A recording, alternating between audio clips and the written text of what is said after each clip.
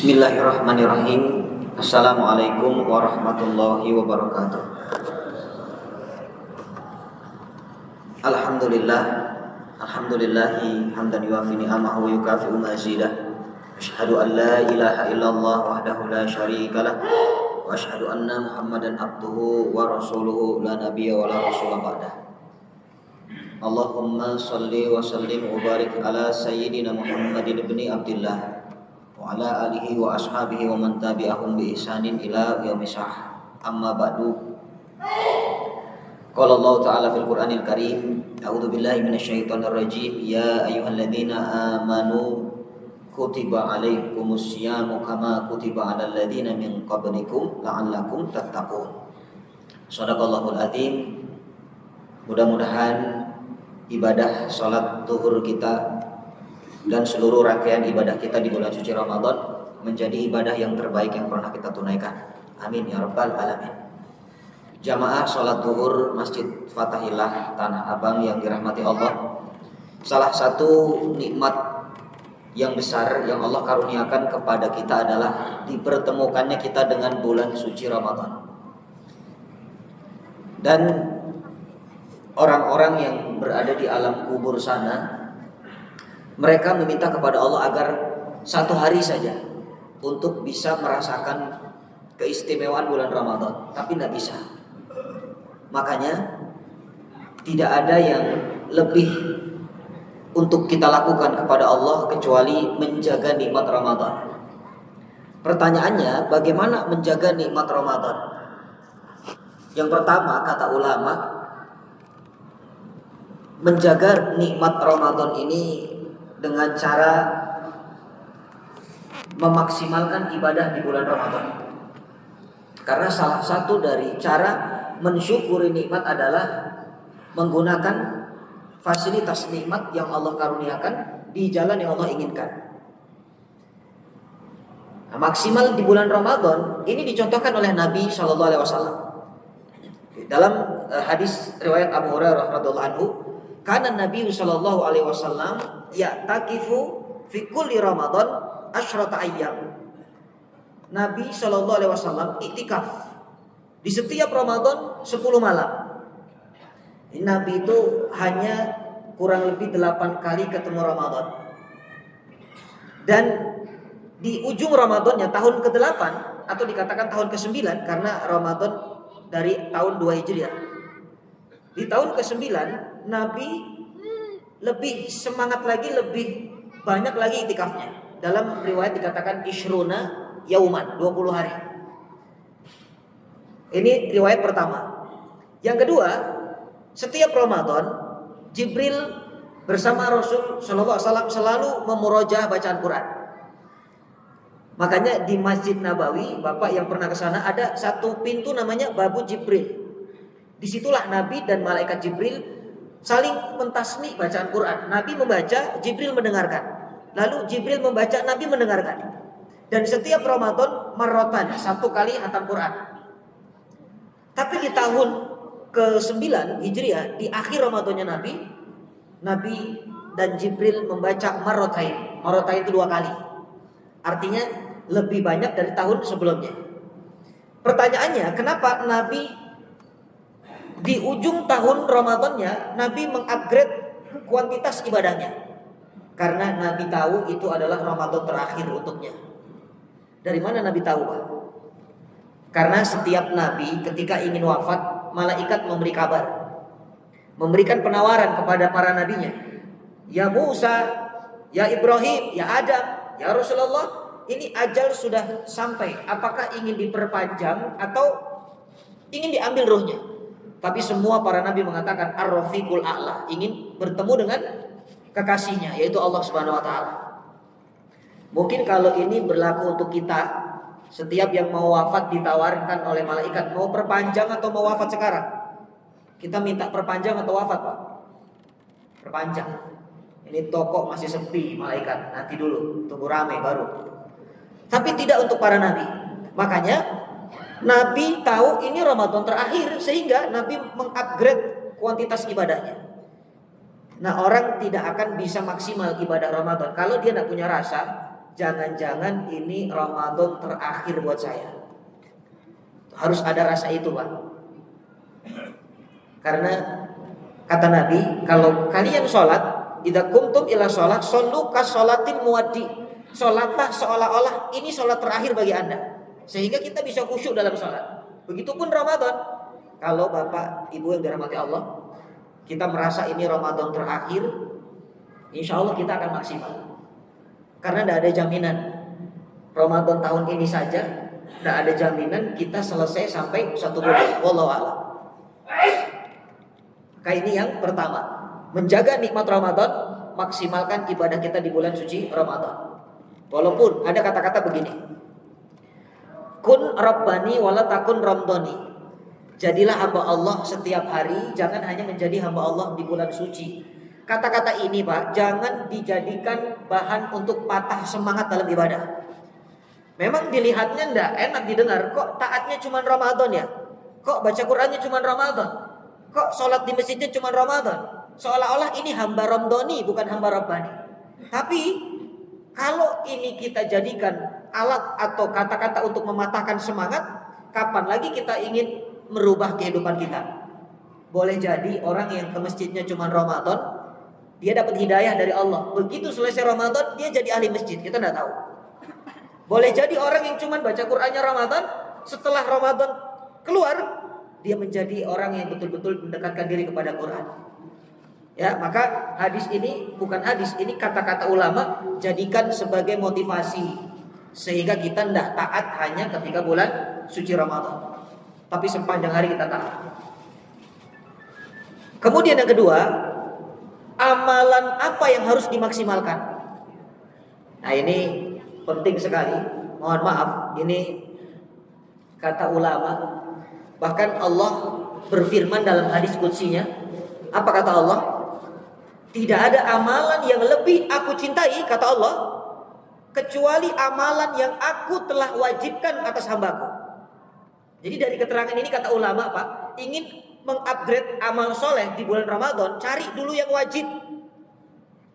Kerjakan yang wajib, jangan ambil yang haram. Kerjakan amalan wajib, jangan lakukan yang haram. Tidak usah pakai sunnah, Pak. Itu sudah bagus. Karena mohon maaf, ada pintu setan. Salah satu dari pintu setan itu pintu menjerumuskan manusia dalam ibadah sunnah. Seolah-olah dia ahli sunnah, tapi wajibnya ditinggalkan. Ini contoh nih, contoh. Mohon maaf, bukan bermaksud apa-apa. Majlis taklim ini hukumnya apa? Thalabul ilmi faridatun ala kulli muslimin wa muslimah. Majlis taklim hukumnya wajib, tapi banyak di antara kita ketika ada kajian di masjid, itu cukup dengan sholat sunnah, setelah itu keluar meninggalkan majlis. Sunnah, sholat sunnah hukumnya sunnah, majlis taklim hukumnya wajib.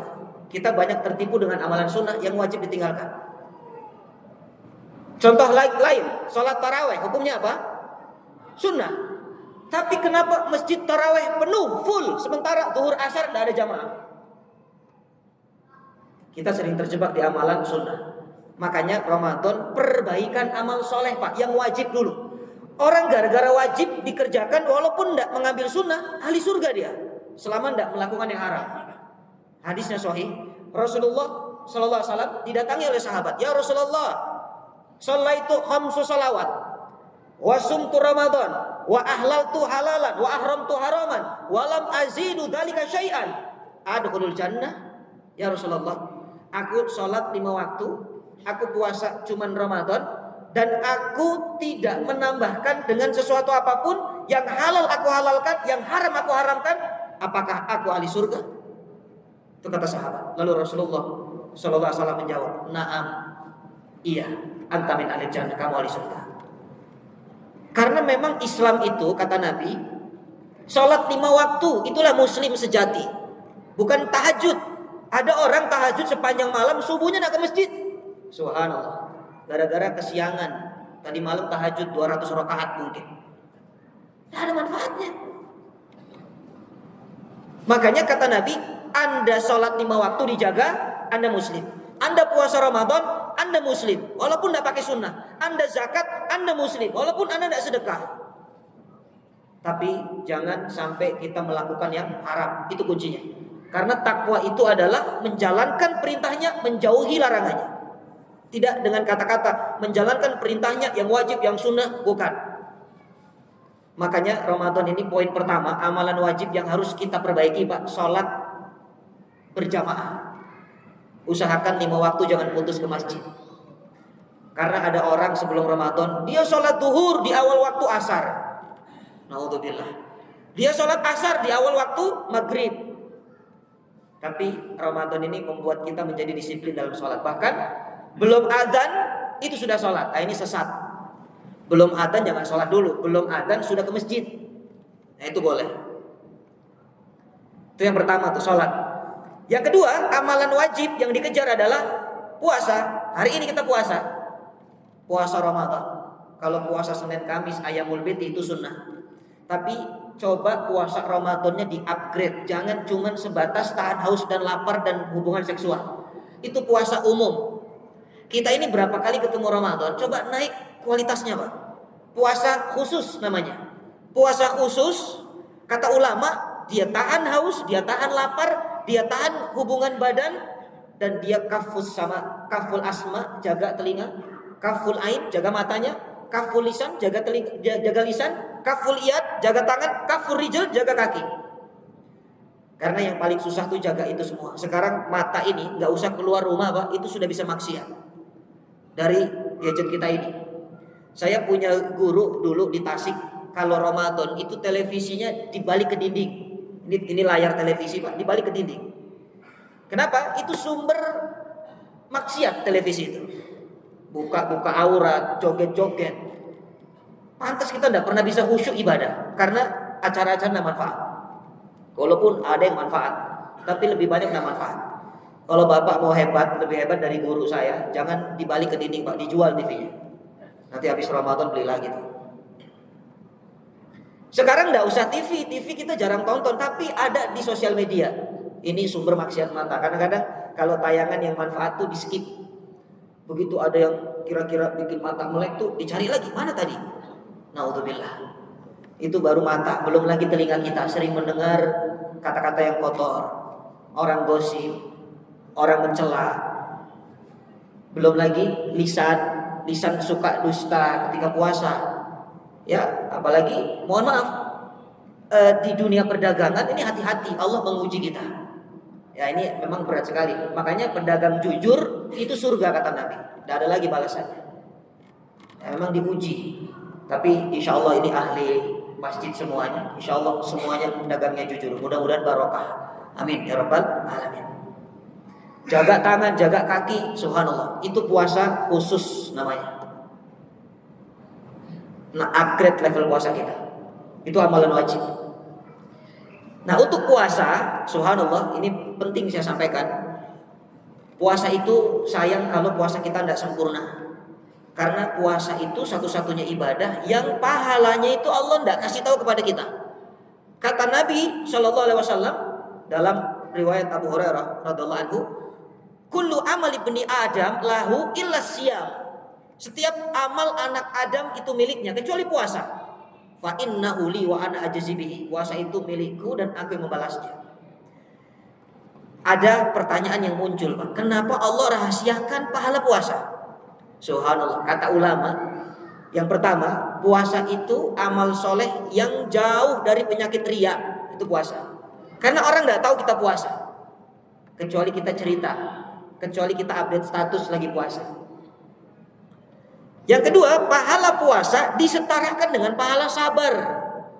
Innama yuwaffas sabiruna ajrahum bighairi hisab. Az-Zumar ayat 10. Sungguh pahala orang-orang yang sabar itu tanpa ada hisapnya, tidak ada batasannya. Itulah pahala puasa. Karena puasa itu, Pak, mentarbiyah kita untuk belajar 3 level sabar sekaligus. Ini hebatnya sabar puasanya.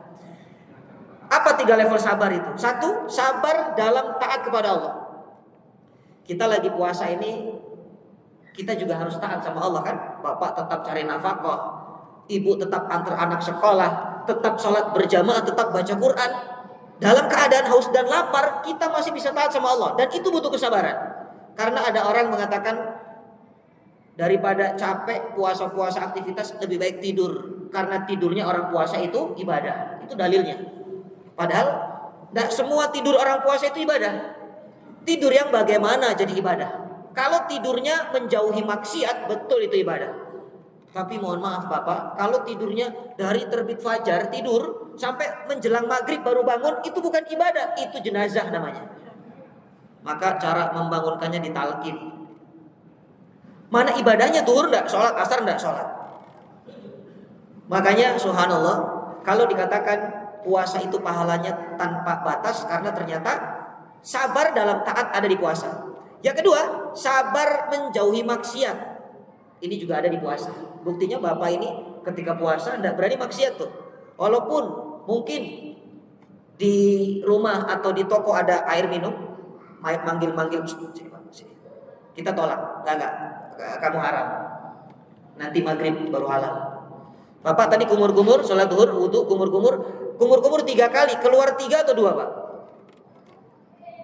Kalau keluar 2 korupsi 1 ini. Kenapa kita nggak berani keluarkan 2, tetap 3 keluar kumur-kumur? Karena kita nggak mau maksiat. Allah lihat kita. Itu puasa tuh. Yang ketiga, puasa itu dilatih sabar ketika diuji. Apa ujiannya? Rasa lapar. Walanabluwannakum bisyai'im minal khaufi wal ju'. Allah itu kasih bala kepada kita rasa haus, rasa lapar. Lapar itu ujian. Makanya kita ini diuji banget kalau puasa Pak. Siang hari itu urat lagi tegang-tegangnya, lihat kecoa lewat dikira kurma Pak. Wajar itu. Karena memang saraf lagi tegang kita ini. Dan tiga-tiganya ini hanya ada di puasa. Kalau sholat, sabar dalam sholat. Justru ketika kita lapar, ada makanan, fikihnya bagaimana? Makan dulu boleh, baru sholat. Jadi pahala puasa ini dahsyat sekali. Bahkan nanti di akhirat, puasa ini jadi syafaat. Dan syafaat puasa ini unik. Satu-satunya amal soleh yang tidak bisa menjadi kafaroh dosa, itu adalah puasa. Maksudnya gini, saya jelaskan ini. Nanti ketika sudah lewat sirat, melalui perjalanan sirat itu, kita tidak langsung masuk surga. Ada satu tempat namanya kontoroh. Kontoroh itu semacam ruang tunggu, dipertemukan oleh Allah orang jahat dan orang baik untuk dikisos. Kalau ada yang dolim di sana dikisos nanti. Ya Allah, dia dulu pernah punya salah, belum minta maaf di dunia, aku tidak ridho ya Allah. Maka pahalanya transfer, ambil tuh pahalanya. Amal solehnya diambil. Terus ada lagi, ambil lagi. Habis amal solehnya, dosa orang yang terdolimi dilemparkan ke orang itu. Akhirnya orang ini kata Rasulullah, muflis, bangkrut Pak. Amalnya banyak tapi bangkrut. Ternyata dalam kesedihannya, tiba-tiba Allah datang membawa pahala. Dan orang ini kaget. Ya Allah, ini pahala apa? Bukan pahalaku sudah habis. Kata Allah, ini pahala puasamu yang dulu aku rahasiakan. Ternyata yang menolong kita itu pahala puasa. Makanya amalan yang pertama kali dihisab di akhirat adalah sholat. Amalan yang terakhir kali dihisab di akhirat adalah puasa. Kunuzul akhirah kata ulama, tabungan akhirat. Subhanallah. Lalu puasa ternyata menjadi apa? Dikatakan kafaratul dzunub ketika kita melakukan dosa kecil. Man shoma ramadhana imanan wa ihtisaban ghufrallahu ma taqaddama min dzambi. Tapi syaratnya iman ihtisaban. Apa itu iman? Melakukan karena Allah. Apa ihtisaban? Bahagia ketika melakukan, enggak ngeluh dia puasanya. Ini 2 amalan yang kita kejar, Pak. Amalan wajib. Sekarang amalan yang lain apa? Yang diprioritaskan Ramadan supaya bisa maksimal Quran. Karena khasnya Ramadan adalah Quran. Syahrul Ramadan alladzi unzila fihil Quran. Bulan Ramadan adalah bulan di mana di dalamnya turun Al-Quran. Jadi kalau ada orang ketemu Ramadan tapi tidak mesra dengan Quran, ini orang paling rugi kata Nabi. Bapak pernah ke Jogja atau enggak Pak? Makanan khas Jogja itu apa? Gudeg ya. Kalau ada orang ke Jogja tapi tidak makan gudeg, kira-kira afdol enggak ke Jogjanya tuh? Kayaknya ada yang kurang ya. Datang ke Bandung, tidak makan seblak, kayaknya kurang afdol ke Bandungnya. Ada orang kampung datang ke Jakarta, khasnya Jakarta apa? Halo? Khasnya Jakarta apa Pak? Ini siang-siang ini diajak mikir makanan memang berat. Macet. Itu khasnya Jakarta. Jadi orang datang dari kampung ke Jakarta tidak kena macet rugi Pak. Apalagi ke Tanah Abang. Saya tadi juga kena macet. Tapi berkah. Artinya kalau Tanah Abang macet berarti ramai Pak. Subhanallah. Ya, pengunjungnya ramai. Ini memang bulan-bulan Tanah Abang ini. Bulan Ramadan itu bulannya Tanah Abang juga. Bulan Jatinegara juga. Subhanallah.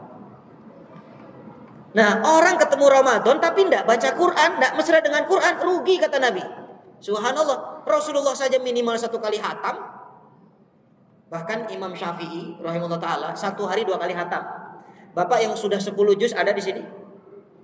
Yang sudah 5 juz ada? Ini tawadu semua ini. Yang hari ini Qur'annya belum ketemu ada? Innalillahi ini. Istighfar Pak. Imam Syafi'i itu 1 hari 2 kali hatam. Memang beliau ini sudah hafal Quran dari kecil. Tapi sebenarnya Quran itu kalau kita bacanya sudah mahir, pandai, 7 jam tuh selesai hatam. 7 jam. Tapi kalau umat akhir zaman itu kayaknya berat 7 jam. Saya berani jamin kita itu butuh waktu ya 10 jam lah. Karena apa? Karena banyak iklan. Balas WA, update status, kirim barang, posting jualan. Kalau Imam Syafi'i tidak punya WA, maka 7 jam selesai. Bahkan yang menarik ada cerita dari ulama, seorang bapak 54 tahun Pak. Hatam Quran selama Ramadan 16 kali, bayangkan. 54 tahun. Ini bapak masih muda semua ini. Saya perhatikan. Jadi kok bisa bapak ini 16 kali hatam Quran? Jawabannya perlu kesungguhan. Kalau ingin mencapai target Ramadan harus ada kesungguhan. Ini bapak ini sampai siapkan meja, Qurannya besar. Nah kalau Quran kecil tuh bikin mata tuh gampang ngantuk baca ayat-ayat. Ini Qurannya besar dan dia siapkan obat tetes mata. Kalau perih tuh teteskan mata. Nah bapak ibu kalau mau lebih hebat dari bapak ini, jangan obat tetes mata Pak. Itu mah takut iritasi. Saya kasih tips. Coba siapkan mejanya besar tadi, Qurannya besar sama bangku sandarannya nyaman. Siapkan raket nyamuk full baterai Pak. Minta tolong sama istrinya, mama tolong ini bapak mau tadarus. Kalau kira-kira ngantuk, mama ngelihat bapak ngantuk nih, setrum. Insya Allah tuh lebih melek tuh. Hasilnya tidak sampai sebulan Pak. Bukan cuman Quran yang hatam, bapaknya ikut hatam. Disetrum tiap hari, subhanallah. Itu kesungguhan namanya. Caranya kita masing-masing tidak sama. Ya intinya adalah bulan Ramadan ini prima donanya Quran. Jangan sampai kita tidak mesra dengan Quran. Minimal 1 kali hatam lah. Kalau tidak bisa 2 kali. Ini amalan-amalan yang dikejar untuk menjaga nikmat Ramadan. Subhanallah. Yang ketiga, apa yang harus dikejar untuk menjaga nikmat Ramadan? Ampunan, minta ampun sama Allah. Kita ini dalam beribadah mungkin tidak bisa sesempurna para sahabat. Tapi kita minta ampun bisa sempurna Pak. Karena Allah tidak lihat siapa yang minta ampun. Selama dia hamba, dia minta ampun, Allah ampuni. Coba kalau dibandingkan sholat para sahabat dengan kita itu jauh. Ada riwayat sahih. Sahabat itu ketika sholat bersama Nabi, sholat tarawih ini, Nabi cuma 3 hari sholat di Madinah, Masjid Nabawi. Di hari keempat Nabi ke rumah. Karena apa? Melihat sahabat ini ikut berjamaah. Nabi khawatir sahabat mengatakan ini sholat tarawih wajib. Makanya Nabi masuk ke rumah. Tapi di malam 23 ini Nabi itikaf keluar. Ketika Nabi keluar, sahabat mendekati Rasul sallallahu alaihi wasallam. Ya Rasulullah, kami ingin engkau menjadi imam sholat. Oh, Nabi jadi imam sholat Pak. Apa kesaksian para sahabat? Demi Allah, kami sholat tarawih bersama Rasul di malam 23 Ramadan. Hampir-hampir kami tidak dapat waktu untuk makan sahur. Artinya lama sholatnya. Subhanallah. Nabi itu 11 rakaat, tapi sholatnya sampai sahabat tidak dapat makan sahur, hampir tidak dapat makan sahur. Saking nikmatnya sholat. Makanya Nabi itu sholatnya kakinya sampai bengkak. Kita umatnya belum sholat udah pada bengkak. Asam urat. Kok bisa Nabi sholatnya selama itu? Dalam riwayat dikatakan 1 rakaat sholat tarawihnya Nabi 100 ayat Quran dibaca. Ayat-ayat mi'in. Ayat Quran tuh ada yang namanya sab'ut tiwal, 7 yang panjang. dari Al-Baqarah, Ali Imran, An-Nisa, Al-Maidah dan 7 surat setelahnya itu. Ada yang 100, antara 100 sampai 120 atau 95 sampai 120, namanya ayat-ayat mi'in. Dan Nabi membaca ayat ini. Makanya Umar bin Khattab radhiyallahu anhu memodifikasi rakaat salat karena melihat sahabat itu tidak kuat berdiri lama. Sahabat itu ada yang pakai tali, ada pakai tongkat, tidak kuat berdiri lama. Sehingga Umar membuat rakaat itu ada 21, 23. Makanya tidak usah debat nih yang 21, 23. Dua-duanya ada dalil. Yang salah tuh yang nggak pernah taraweh. Kenapa Umar membuat rakaatnya lebih banyak? Konsekuensinya adalah semakin banyak rakaatnya, semakin sedikit bacaan Qur'annya. Makanya Umar bikin imam itu ada 3, yang cepat bacaannya, yang sedang, yang lambat. Yang cepat bacaannya kata Umar cukup 1 rakaat 30 ayat, yang cepat bacaannya. Yang sedang bacaannya cukup 25 ayat, yang lambat bacaannya cukup 20 ayat. Dibagi oleh Umar. Ini fikih imam. Kalau kita imam sholat tarawih, bacaan kita lama, Pak, jangan banyak-banyak ayatnya, kasihan jamaahnya. Subhanallah. Yang terjadi sekarang, semua masjid di malam-malam pertengahan Ramadan sepi, mengalami perluasan, safnya kemajuan, kotak amalnya keringanan. Kenapa? Alasannya satu, Pak. Karena jamaah sudah paham mana imam yang lama, mana imam yang cepat. Kalau imamnya lama itu sepi masjidnya, makanya dia cari imam yang 1 nafas. Itu kalau imam 1 nafas, ramai itu masjid. Lebih ramai lagi kalau imamnya nggak nafas, Pak. Mati itu imam. Jadi kalau ngejar ibadah, kita ini susah, Pak, seperti Nabi dan para sahabat. Makanya kejar dari pintu ampunan. Ini Ramadan Allah bentangkan ampunan. Dan orang yang paling rugi, rogimal anfu, kata Nabi, celaka masuk Ramadan tapi tidak diampuni kesalahan oleh Allah. Itu rugi.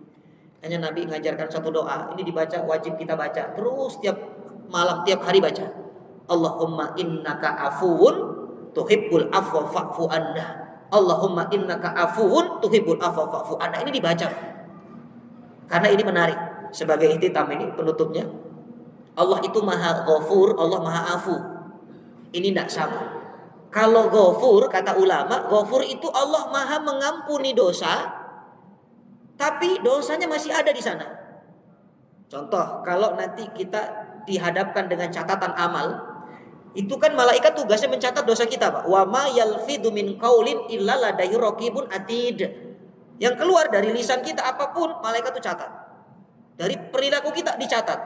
Ini fulan gibah, dosa. Ini orang suudzon, dosa. Ditulis tuh, dosa suudzon, dosa gibah, dosa curang, dosa zalim. Tapi kalau istighfar, Pak, astagfirullah, dicoret sama malaikat, dicoret dengan tanda keterangan diampuni. Itu catatan buku kita begitu nanti. Dosa suudzon, dia sudah istighfar, coret, diampuni. Itu ghafur namanya, istighfar caranya. Tapi kalau afu, ini lebih hebat lagi. Begitu dibuka catatan amal nanti, itu sudah bersih, nggak ada keterangan, nggak ada jejak dosanya, semuanya hilang. Itu namanya al-afu. Makanya kenapa Nabi memilih doa ini? Ya, Nabi tidak memilih Allahumma innaka ghafur, tapi Nabi memilih Allahumma innaka afuun. Karena afuun itu menghapus dosa, kalau ghafur mengampuni dosa.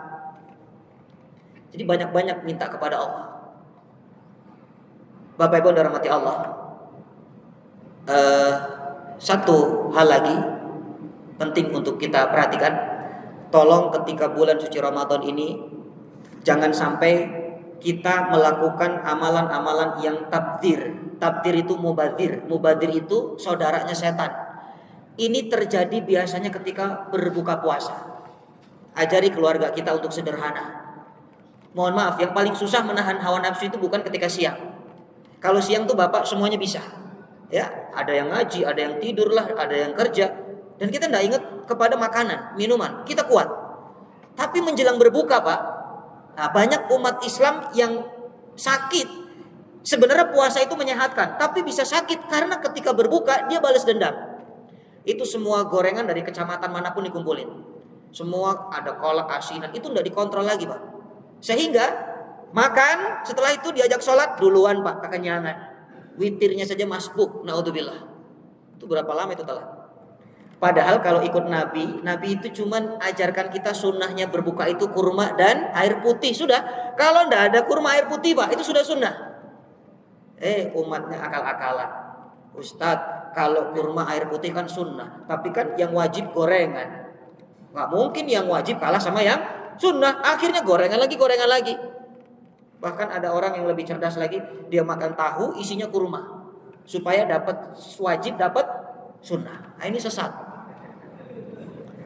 Makanya ajarkan keluarga kita, anak-anak kita sederhana dalam berbuka. Kenapa? Lihat berapa banyak makanan terbuang ketika Ramadan. Masuk kulkas, besoknya nggak kemakan tuh, buang. Hati-hati tuh. Siang hari kita taat, berteman dengan malaikat, berteman dengan ketaatan, tapi malam hari berteman dengan setan, bahkan saudaranya setan karena mubadir. Makanya makanan tuh kalau ada sisa langsung Pak kasih. Antarkan ke jalan-jalan tuh. Mungkin ada pekerja, mungkin ada supaya dimakan. Ini jarang kita perhatikan. Seharusnya puasa itu mencetak kita menjadi pribadi yang sedikit makan, bahkan kita tidak makan. Merasakan bagaimana laparnya fakir miskin selama hidupnya. Kita mungkin makan tiap hari. Kita puasa Senin Kamis. Orang-orang fakir miskin mungkin makannya Senin Kamis. Makanya bukan tidak boleh beli makanan, silakan, tapi berbagi, bukan untuk sendiri, tapi berbagi. Mudah-mudahan Allah jaga nikmat Ramadan ini, kita bisa maksimalkan dengan upgrade ibadah kita, lalu cari amalan-amalan wajib yang didahulukan, dan jangan jauh dari Quran, dan jangan pernah menjadi orang yang mubadir, serta banyak-banyak minta ampunan kepada Allah Subhanahu wa Ta'ala. Saya kira ini yang bisa saya sampaikan. Jazakumullah khair ala husni istima'ikum. Lakum minal aqwat doa. Subhanakallahumma wa bihamdika nashhadu an la ilaha illa anta nastaghfiruka wa natubu ilaika. Syukran lakum. Assalamualaikum warahmatullahi wabarakatuh.